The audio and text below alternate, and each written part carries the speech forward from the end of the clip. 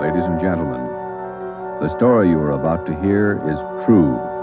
Only the names have been changed to protect the innocent. NBC brings you Dragnet.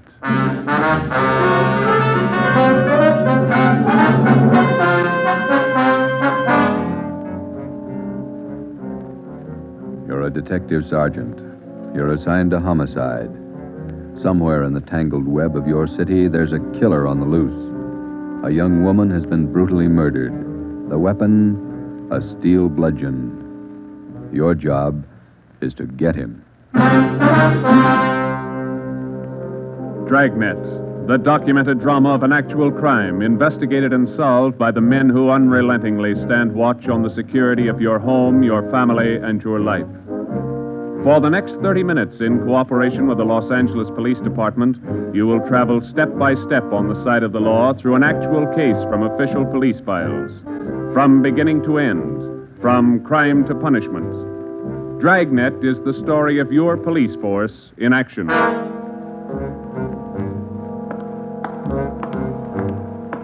It was Thursday, March 19th. It was foggy in Los Angeles. We were working the night watch out of homicide detail. My partner's Ben Romero. The boss is Ed Backstrand, chief of detectives. My name's Friday. It was 9:14 p.m. when I got to the old Central Jail building, third floor. The crime lab. Hi, Joe. Hi, coming, Lee. Just ran a spectrograph. What'd you find? The paint flake from the victim's head matches that paint on the hunk of pipe. Any prints? The pipe was clean, no latent prints. Well, that figured. Anything else? Got those blood test reports. A couple of slides for you to look at under the comparison mic. Mm-hmm. Thanks, Lee. Oh, hi, Joe. Didn't hear you come in. What's it look like, Ben? Well, here's the blood test reports. This one is blood found on the piece of pipe. Type A. This one's blood from the victim. Type A. They match. That's right, boys. Doesn't mean too much, though. Did you look at these slides under the microscope? No, not yet. Well, this is your clincher. Wait till I get the light. Okay, take a look. Mm-hmm. Got a make? Yeah, go ahead. Well, this slide here on the right, Mm-hmm. that's a slice of hair from the victim's head. On the other slide is hair found on the steel pipe. Yeah? She had wavy hair. Both specimens are flat. Same hair, Joe. You got anything on that piece of pipe, Lee? Nothing. Just ordinary steel pipe. 14 inches long. What else you got? The plaster impressions of those footprints we found by the body. Here they are. Crepe soles? Tennis shoes, new ones, size 9. Good impression. Ground was soft. Man about 150 pounds, according to the length of stride, roughly about 5 feet 10 inches tall. Yeah, new shoes, all right. You can still read the manufacturer's label. That's right. Made by the Sport King Company. Well, that's something to follow up. Yeah, sure. You could start with the tennis courts. Only about 1,000 or so in L.A. Maybe you'd rather track down the brand. These particular tennis shoes are the biggest sellers in the country. Yeah. Where'd you like to start, Minneapolis or Pullman, Washington? What about that glove? Yeah, you might look for a missing glove. Yeah. They go well with the shoes, just about as common. White cotton work gloves with a blue top. Here's the right glove. You find the left one. Blood on the glove? Type A. Well, that's good evidence, Jones, but where's the lead? Now, look, I don't ask you to pay my parking tickets. You want to see blow-ups? Okay. Right over here. Oh, yeah. This is the vacant lot where they found the body. Yeah, that's right. Here's a close-up of her showing the location of the murder weapon, the glove, and the footprints relative to the position of the body. Looks as bad as yesterday. Sure did work her over, didn't he? The rest of these are morgue shots. Interested? No, I checked them this morning. Once is enough, Lee. Yeah, that winds it, boys. You want to go over the stuff in her purse again? You find anything more? No, nothing you haven't seen already. The usual. Makeup, comb, barrette. That's a hair clip. Mm-hmm. Few cheap stones in it. Loose change, a quarter, nickel, few pennies. Her ID card. Yeah. Helen Corday. 33 Naomi Place. Age 21. 21. That's not very old, is it, Lee? Not to die. No.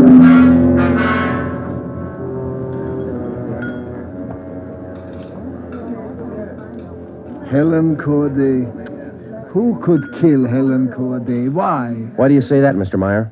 People kill for money. They kill for love. Helen Corday had none of these. No boyfriend? Not in here. No, she was a good worker.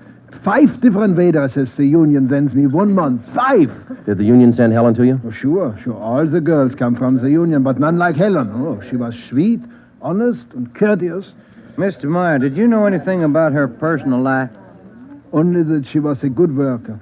Everything else she took home with her from this place. Did she ever mention any men to you? Anyone at all?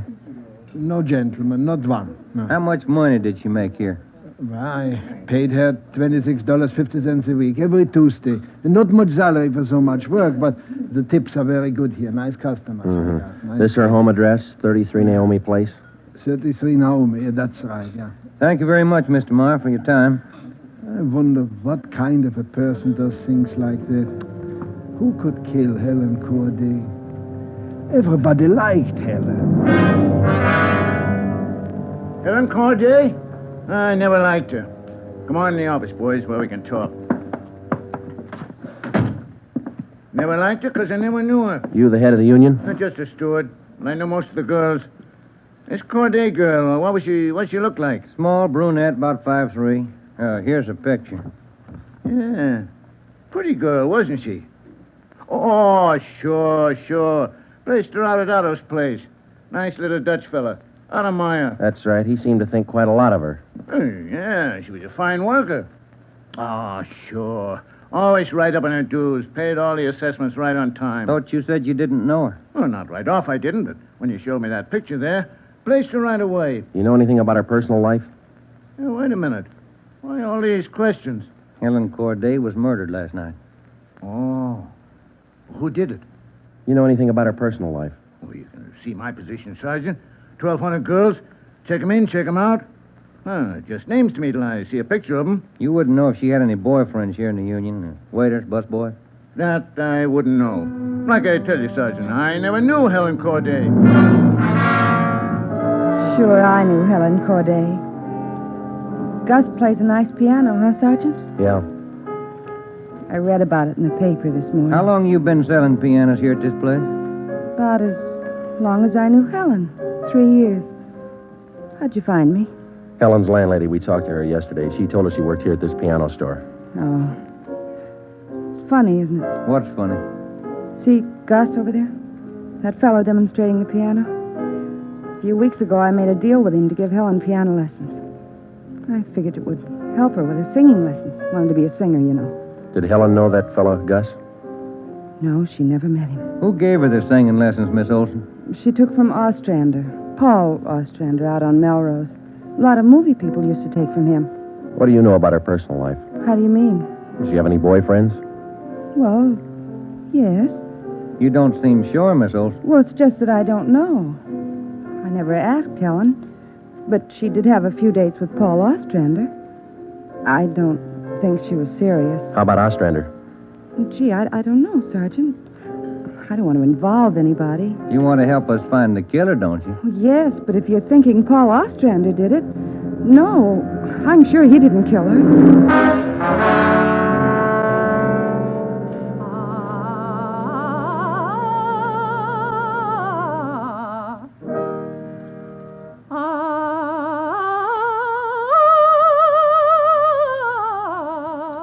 That's all for today, Victoria. No, gentlemen. I did not kill Helen Corday. You gave her singing lessons, Mr. Ostrander. You knew her pretty well? Yes, I gave her voice coaching for about 1.5 years. Helen showed a little promise. Not a great voice, a bad vibrato. You knew her pretty well. Why do you say that? Mr. Ostrander, didn't you used to take her out once in a while? No, I didn't know Helen socially at all. We know you had dates with her. That's not true. Only times I saw her was when she came here to the studio for lessons. You better tell the truth, Mr. Ostrander. We can prove that you've been out with her. Afraid of the publicity, is that it? Certainly that's it. I have a successful business here. I've spent years building it. Anything like this would ruin me. Then you have been out with her. Only a few times. Nothing serious. I had nothing to do with her murder. Now, that's the truth. Don't you know that withholding information about a thing like this can go kind of hard for you? Yes, I know that. What else could I do? Mr. Ostrander, somewhere in this city right now, there's a guy who beat a young girl to death. He crushed her skull with a piece of steel pipe. We need every bit of information we can get to track him down. I know that, Sergeant. You could have come to us. We wouldn't run to the newspapers with it. If the information's confidential, that's the way we treat it. Most of the time, it's the people who run to the newspapers first. Then they come to us. That's right, Mr. Ostrander. People are their own press agents. Sergeant, I'd like to know what right you have to invade my privacy and lecture me on my civic duties. All right, I'll tell you what right, Ostrander. We want the man who murdered Helen Corday. I got as much right as he had at 12:14 this morning. Come on, Joe. Yeah. Thanks, Mr. Ostrander. Sorry if I invaded your privacy.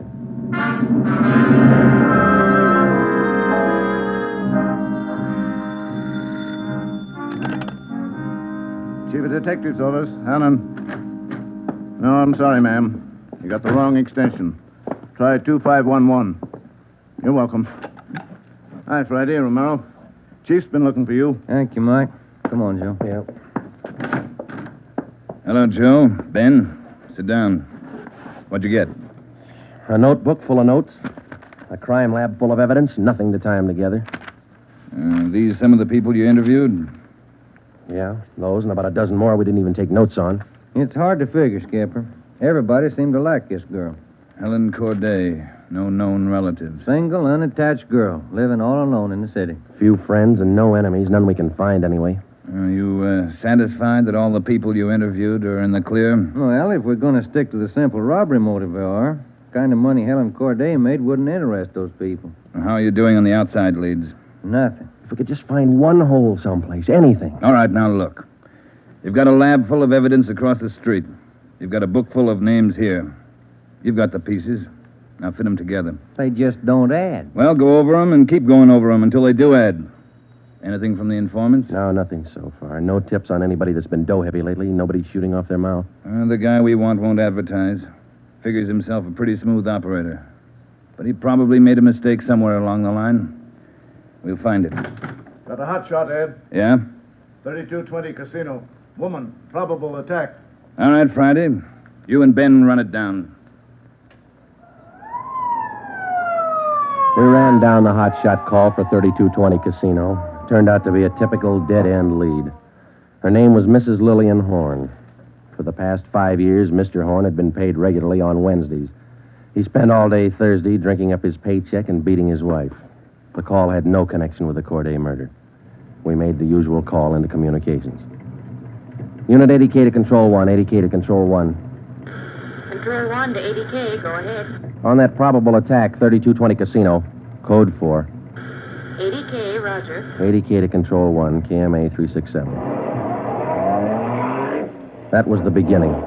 For the next 3 days, we followed up every lead and every call, but they were all blind. All units were alerted, and they had as much information on the killer of Helen Corday as we did. Ben and I cruised throughout the entire Central Division. We covered every probable call that might have some connection with the murder. Attention, Unit 41R. 1654 Swanson Terrace, a woman, victim of probable attack, code 3. Unit 41R. It didn't make any difference what the call was. If there was a possibility it might tie in with the Corday murder, we ran it down. We made it a 24-hour job. So far, if the killer made a mistake, we hadn't been able to find it. The Corday funeral was on Monday. They were all there. The girl's landlady, the voice teacher Ostrander, the girlfriend Marie Olson, the man from the union, and her boss Otto Meyer. But nobody else we hadn't checked. That was Monday afternoon. Monday night, we went back to the old routine, tracking calls during the night in the squad car, picking up small threads that led nowhere. 3 more days of the same thing. Thursday morning, 1 week after we found Helen Corday's body, we got an anonymous phone tip. I know who killed Helen Corday. His name's George Barlow. He lives at 418 White Oak Avenue. He used to date her up all the time. Get him and you've got the murderer. We checked George Barlow and about 10 others just like him. None of them knew Helen Corday.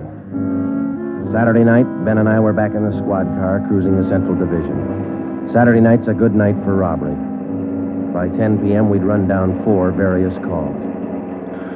123, code 1. 123, roger. 12G, call your station. Unit 13R, 1254 Tower Road. A woman screaming. Investigate the trouble. Code 2. Let's handle that one, Ben. Yeah, okay. I'll notify communications. Unit 80K to Control 1. 80K to Control 1. Control 1 to Unit 80K. Go ahead. On your 1254 Tower Road call, we're in the vicinity. We will handle.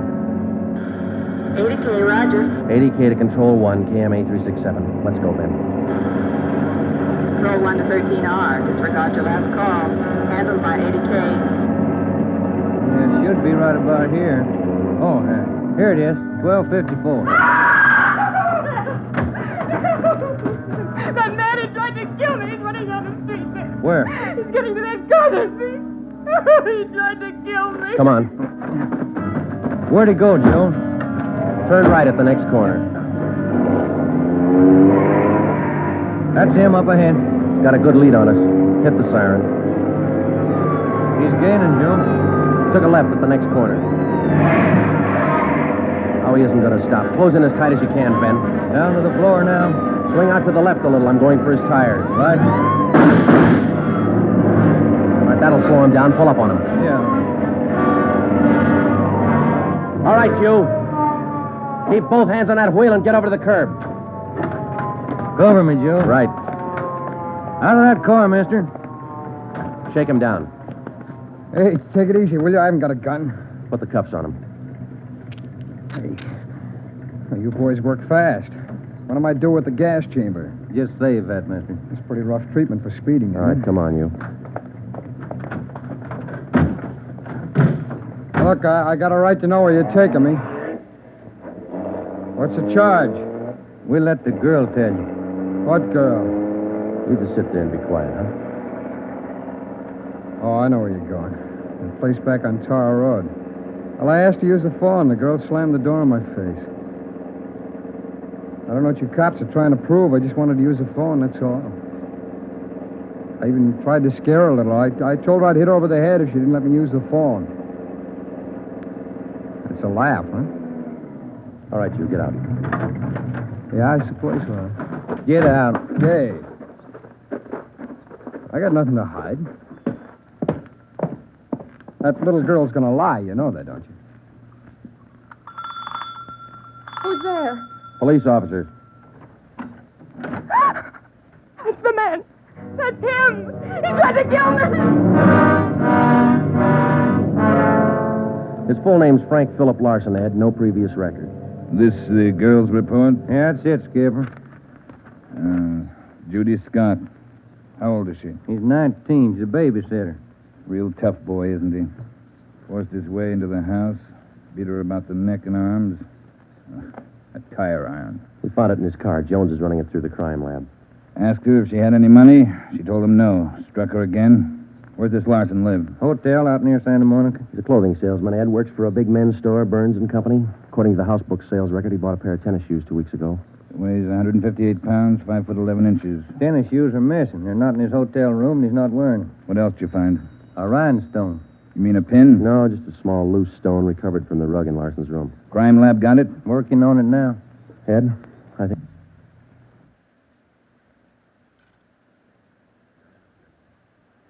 We got the man who killed Helen Corday. A few scraps of circumstantial evidence and a hunch. That's not much to go on. Larson had gone after the little Scott girl with a tire iron. Wasn't much of a tie-in, but we had to be sure. All that day, we checked Frank Larson's alibi for the night of Helen Corday's murder. We interviewed the personnel manager at Burns and Company where he worked. We talked to all the clerks who knew him, the manager of the hotel where he lived. We found out everything we could about Frank Larson. And that night at 10 o'clock, we had the prisoner brought to the interrogation room. How are you, Larson? Fine. Just fine. I like jail. Sit down. Lousy weather, been foggy all over town. I wouldn't know. I've been inside all day. How old are you, Larson? 31, same as the last time you asked me. Where'd you go to school? I didn't. I was born smart. You sell clothes, don't you, Larson? We know you work for Burns and Company. Remember, you told us. What is all this? What are you guys trying to build? Just want to know if you like selling clothes. That's all. What do you coppers know about clothes? One blue serge a year is your speed. You know quite a bit about clothes, don't you? I've been selling them for 5 years. Can you tell me something I've been wondering about? What's that? Are your socks and tie always supposed to match? That's what the style books say. Bet you always know the right things to wear, don't you? You wouldn't wear black shoes with a brown suit, would you? Is that what you're keeping me here for? Style, isn't it? Oh, would you? Would you wear black shoes with a brown suit? Most people wouldn't. Bet you wouldn't wear brown shoes with a tuxedo either. I've been smoking too much. You got a glass of water? Oh, yeah, sure.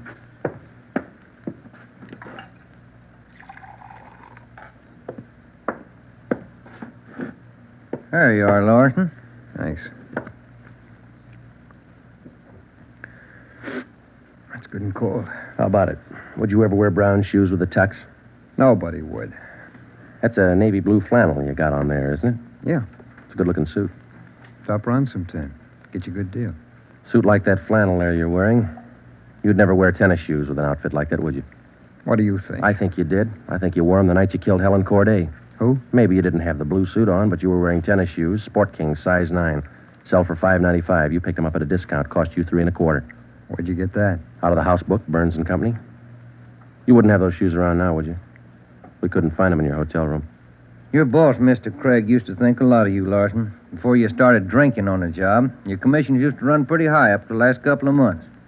What happened? That cheap rye get to you? Well, you two really nosed around, didn't you? When are you going to tell me what I eat for breakfast? Cornflakes, cup of coffee, donut, sometimes 2 donuts when you're hungry. Elsie waits on you at the Royal Cafe. She gets a dime tip. Can I have some more of that water? Help yourself, there's a cooler. They're good and cold. How about it, Larson? Where are the tennis shoes? They wore out. In 3 weeks? Can't be very good tennis shoes. No, they didn't wear out. What'd you do with them? You know all the answers. You figured it out. We know you bought the tennis shoes. We don't know where they are now. We know you had them, size 9. 3 feet from the body of Helen Corday, we found 2 size 9 footprints made by a pair of Sport King tennis shoes. We figured the man weighed about 150 pounds. You weigh 158. Figured he's about 5'10". You're 5'11". You come awful close to being the same build as the man who killed Helen Corday, don't you, Larson? And you wear the same size tennis shoes, same brand name. A lot of people wear 9s. It's the average size. They sell a lot of Sport Kings, too. Everybody wears them. If we could find your pair, might make a difference. Doesn't mean your tennis shoes made the prints with the body. Doesn't prove it didn't, neither. What'd you do with them, Larson? I threw them away. That's too bad. Might make a difference. No, what difference could it make? I threw them away, that's all. Now, how about the mate to this glove? I never saw it before. Found this right-hand glove by the body of Helen Corday. Just an ordinary cotton work glove. Everybody wears them. If we could find the missing left glove, why, it might make a difference. Size medium. That's average, too, isn't it, Larson? I never saw work gloves. I wouldn't know. No, but you bought work gloves, haven't you? Not a pair of those. Mean like this, don't you? We only got one. What kind of work gloves did you buy? I didn't buy any. You just said you did. I never said I bought any work gloves. You bought tennis shoes, though, didn't you? I told you I bought the tennis shoes. Didn't I tell you I bought them? No, you didn't tell us. We told you. Found out from Burns and Company where you work. All right, you told me. I bought them. You know that. Same kind of tennis shoes that made footprints by Helen Corday's body. It wasn't me. Then why won't you tell us what you did with these I've shoes? already told you I threw them away. They were only 3 weeks old. Must have worn out awful fast. I didn't say they wore out. They got too dirty. No, you told us they wore out. Remember, Larson? I don't remember what I told you, but I don't have them now. We know you don't have them now. Where are they? He told us. They got too dirty. Right, Larson? Yes. Yes, that's what I said. Anyhow, you haven't got them now. No, I haven't got them now. All right, now, just for the record, Larson, which was it? Did they get too dirty or did they wear out? Whatever I said before. You said both before, Larson. All right, I said both. You haven't got anything on me. We got that little Scott girl statement from last night. She says you tried to kill her. She's lying. I told you she'd lie, didn't I? I only wanted to use the phone. She says you hit her with a tire iron. Did you hit her with that iron? No, I only tried to scare her. I didn't hit her with anything. Then how'd you get those marks around her neck and arm? Police doctor says they were made by that tire iron. I don't care what your doctor says. I didn't hurt her. Now, what do you mean, Larson? You didn't hurt her or you didn't hit her with that tire iron? Neither one. I just wanted to use her phone. How'd you know she had a phone? I didn't know if she had a phone. I just went up to find out. To find out what? To find out if I could use her phone. Thought you said you didn't know if she had a phone. I don't know anything the way you twist everything around. Sorry, Larson. We only want the truth. How about a cigarette? Yeah, I could use one. Here's the light.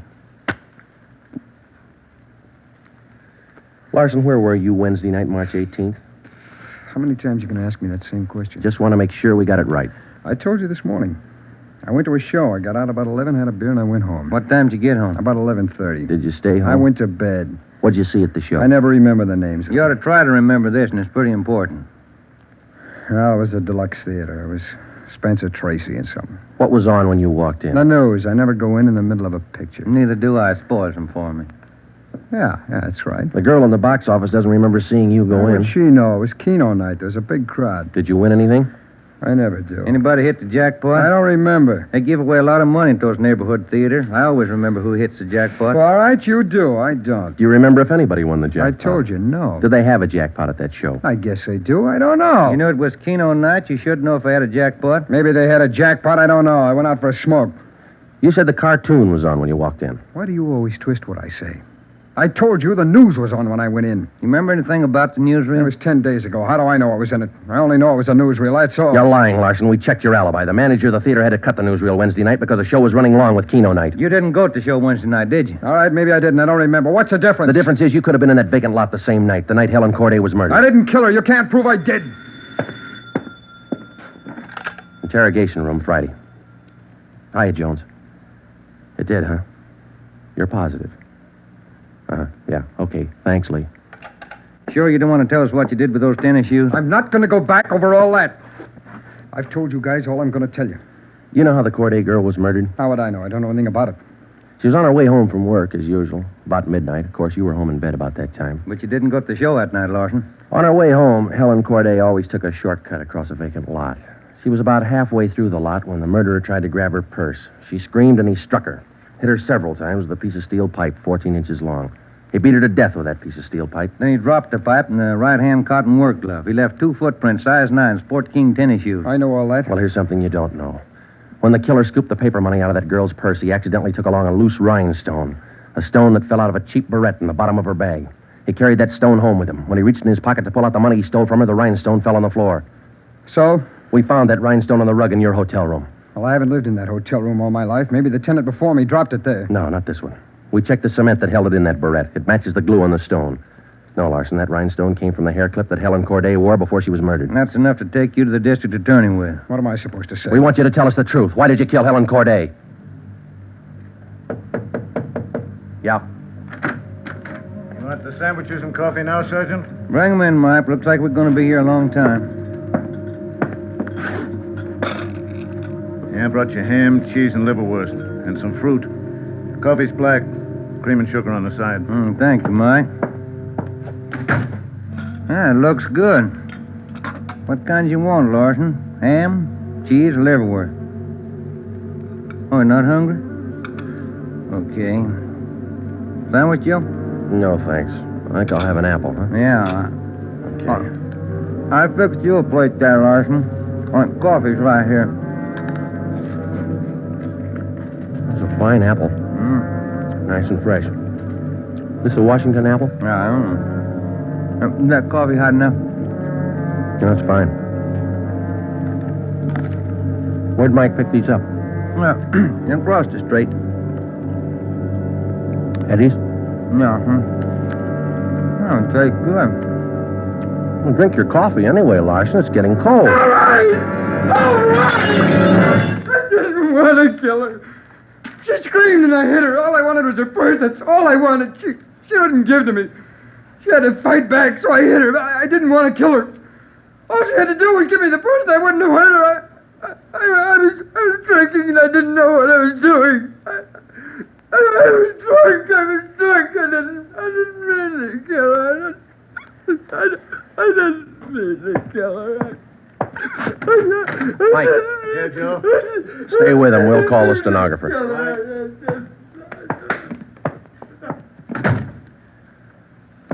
See you tomorrow, Joe. Good night. Yeah. Sour racket, huh?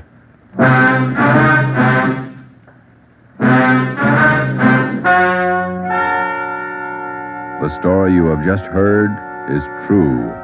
Only the names were changed to protect the innocent. Frank Philip Larson was tried and convicted of murder in the first degree. He was executed in the lethal gas chamber at the state penitentiary.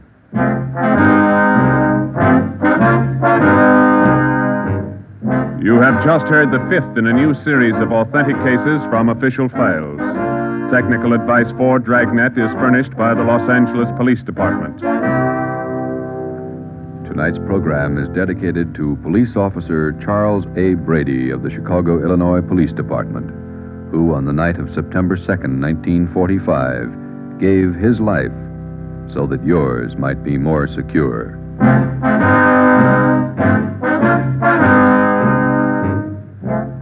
Dragnet came to you from Los Angeles. This is NBC, the national broadcasting company.